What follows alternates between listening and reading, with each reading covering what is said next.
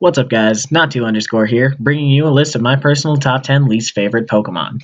Every now and then you come across a Pokemon as unappealing to you as the color scheme of this presentation. These are the 10 Pokemon that I hate the most.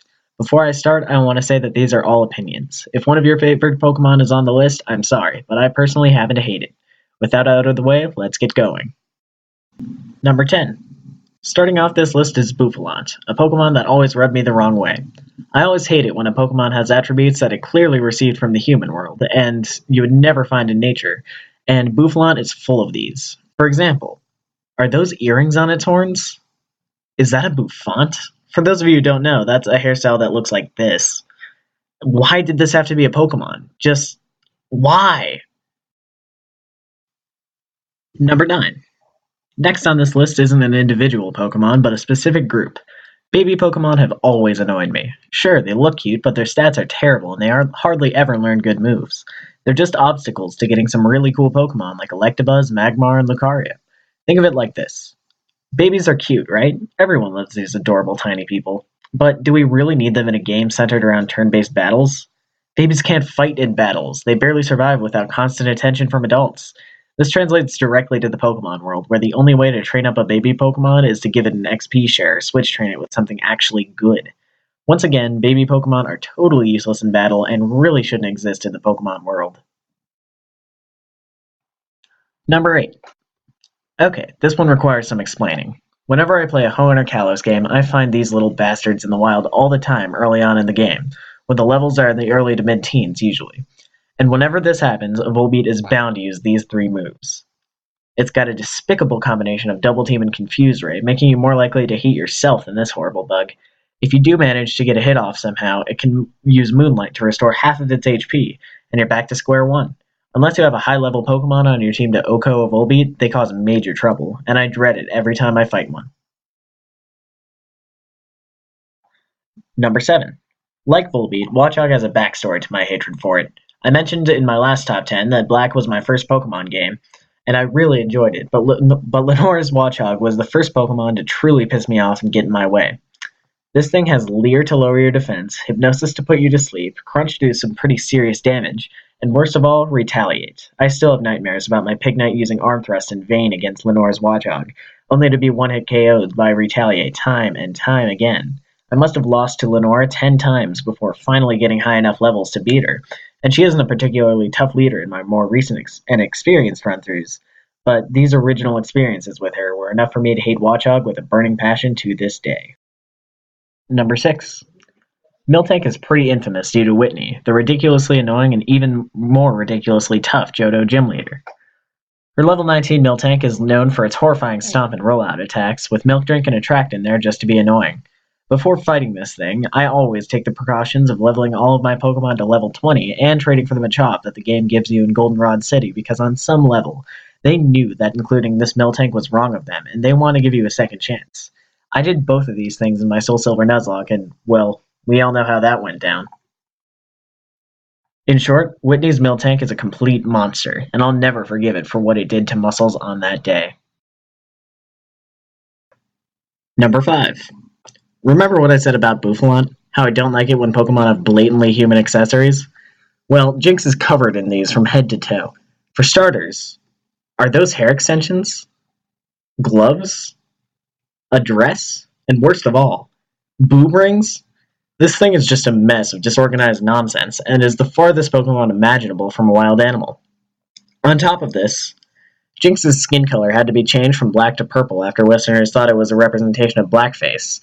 And even though it's much more likely that Jinkx is based on the Japanese Ganguro, sorry, I probably butchered that word, fad, the resemblance to blackface and Jinkx is the cherry on top of why I don't like it. At all. Moving on. Number 4. Alright, here's another one from back in the day. In that same Black playthrough I mentioned with Watchog, I got helplessly stuck against Elisa's Emolgas too. And even though my experience with Watchog was my first with Pokemon Rage, it wasn't even close to the most serious. These Emolgas that Elisa has are ridiculous. They've got Quick Attack just to piss you off, Aerial Ace for some seriously dangerous stab damage, Pursuit in case you dream of escaping carefree from these things, and Volt Switch, which is even more powerful than Aerial Ace, and switches out the smug little flying squirrel before you can hit it. These things are fast as hell and are practically unbeatable unless you overlevel the crap out of your Pokemon or get a rock and roll way back after you beat the first gym. And just like Blackface for Jinkx, this thing's got a few cherries on top relating to my hatred for it. It's a Pikachu ripoff, which is just every generation's sad attempt at milking Pikachu's unearned success, and it can learn Double Team. I hate Double Team. Number 3. Alright, here we go. Way back when, I posted a Fire Red Nuzlocke to a little comedy app called iFunny. It was fairly popular and overall did alright. However, it introduced one of the worst battles I've ever had with a gym leader in a Nuzlocke, one against Koga's Muck.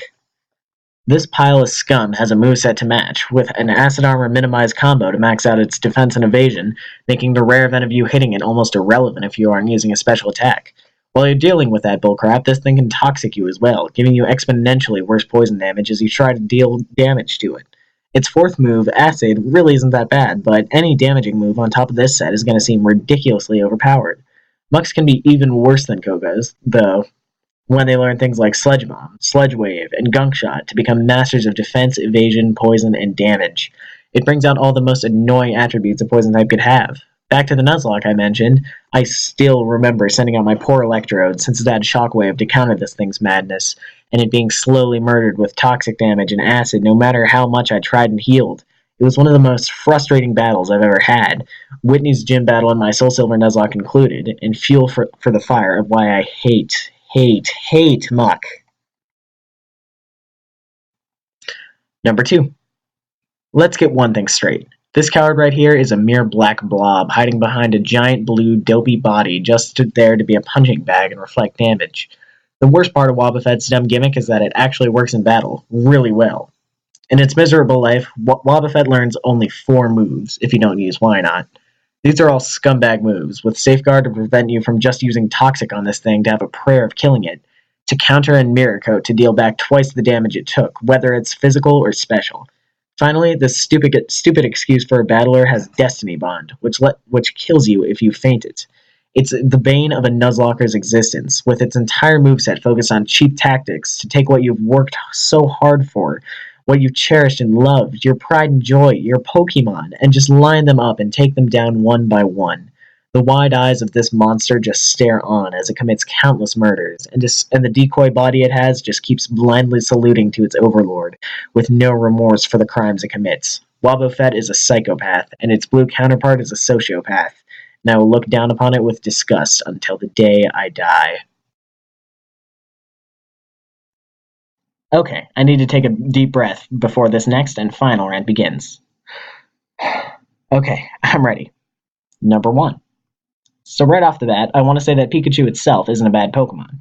It's got a unisex appeal for Pokemon fans, and thanks to becoming such an appealing mascot for the series, it's propelled Pokemon much farther as a whole, and for that, I thank it. On the other hand, the endless misconceptions that Ash's Pikachu, which is the one I truly despise, brings to the series, are what totally ruined the Pokemon for me. For starters, Ash's Pikachu broadcasts false information to people getting into the series through the anime, since this little yellow turd has done so much that it would have never been able to do in the game. It defeats an Onix with an electric move, since apparently immunity doesn't matter if you're wet. It defeats a Raichu for no reason whatsoever, except to justify Ash keeping this thing in its weak and useless form forever. People who haven't played a Pokemon game and don't know better assume that Pikachu is this awesome Pokemon whose type effectiveness doesn't matter and destroys all logic just to be cool. Some poor misinformed people think that Pikachu is actually stronger than Raichu, and evolving it into something with way more capability and way better stats is a bad idea. These inaccuracies bug me enough on their own, but what really gets to me is the fact that some of these stupid things made their ways into main series games.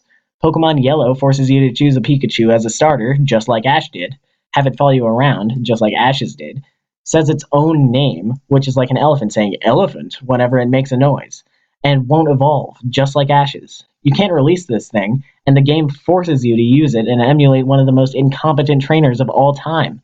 Pikachu even made its mark on Red, who is greatly considered to be the best trainer of all time, since he's the only playable character with an NPC form and has the highest level Pokemon of all time.